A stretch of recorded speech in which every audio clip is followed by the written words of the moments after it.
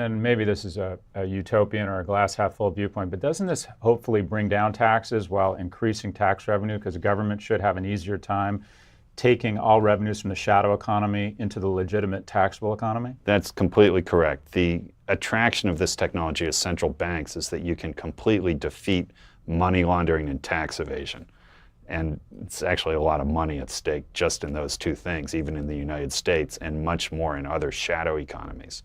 So go back to this notion of mining and environmental concerns around the notion that I think I read somewhere that the carbon emissions from Bitcoin might be equivalent or rival a medium-sized country in Europe at some point. There are estimates of how many computers are hooked up to the Bitcoin network and doing the work of mining.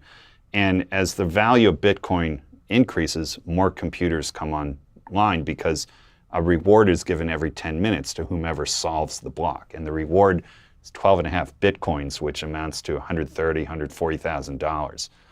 So people do the math and they say, if there's $140,000 reward, that's equivalent to 5,000 gallons of gasoline that are used to mine every Bitcoin. They just do the math of the price of a gallon of gas and they think that there must be a first order condition where people will enter into the mining business up to the point where the cost of the energy equals the value of the reward that they hope to get. Now, it's hard to verify this exactly. There's no question Bitcoin burns a lot of energy, and you can do the math and say it's more than Ireland, it's more than Denmark. But we don't really know that, and the one thing that's obvious is that Bitcoin miners tend to locate where energy is cheap and abundant. So many of them have been in Iceland, in Inner Mongolia. Lately, Quebec has become the hotspot. So there is no carbon emissions from hydropower. So if you're mining Bitcoin based on hydropower, you're not adding any carbon emissions. Exactly. And you're cooling your stuff for free. You can just open the window in Quebec or Iceland, and it keeps the computers nice and cool. So I think a lot of the people who make these back-of-the-envelope estimates are greatly exaggerating the power consumption. Very interesting topic. The first part where I want to cover is the tax dodging. It is true that if we do move to an economy that's all crypto, there's no more paper, that would get rid of a lot of the tax dodging, but people forget there's a lot of privacy coins people can switch to. So if we do eliminate paper, that doesn't mean the tax dodging will stop. I mean, they'll figure out ways to launder their money into, whether it's Monero, Zcash, or whatever they decide to create. There still will be a black market, but if you do completely remove cash out of the system, or if it's outlawed, I see a lot more tax revenue going to all governments around the world, which is ironic because everyone argues that cryptocurrencies will help, help people who want to dodge taxes. Another argument I hear all the time is, oh, the environmental aspect of cryptocurrency, it's wasting power. And man, they brought up a great counter argument that, there's plenty of people that have renewable energy, and you actually have a competitive advantage if you do have solar or wind, anything that's renewable.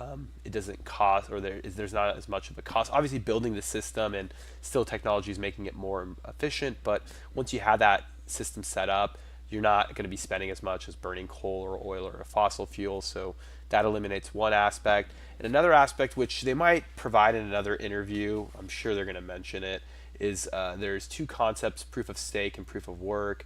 And I'm not going to go into a large analysis of this. And if you do have time, if you don't understand it, if you do change the proof of stake and proof of work, it will allow more randomness instead of just whoever has the most computer power, and that helps bring down energy costs because it randomly just awards the prize to the miners, and it doesn't matter how much energy you're burning. And that's what's awesome about technology. If we do really have an issue where it's too much power consumption, there's always ways where developers and the people using the currency can modify it to make it more energy efficient. So I wouldn't really worry about it, but it's just ironic because those are two main, two central arguments where people see long-term problems with cryptocurrency when it comes to scalability, the power and also tax dodging. And it's ironic that it's actually the opposite, where it could, especially for renewable power, it could actually encourage people not to use fuels and to use renewable energy to stay competitive. So in a way, you're creating an economic advantage or an economic incentive instead of the government saying, oh, you have to use renewable resources. No, if you want to get into mining and you want to be able to compete, it might be economically efficient to go to renewable energies. So very interesting stuff, guys. I love this interview. Please, if you have time, watch the entire interview. I liked it on the video.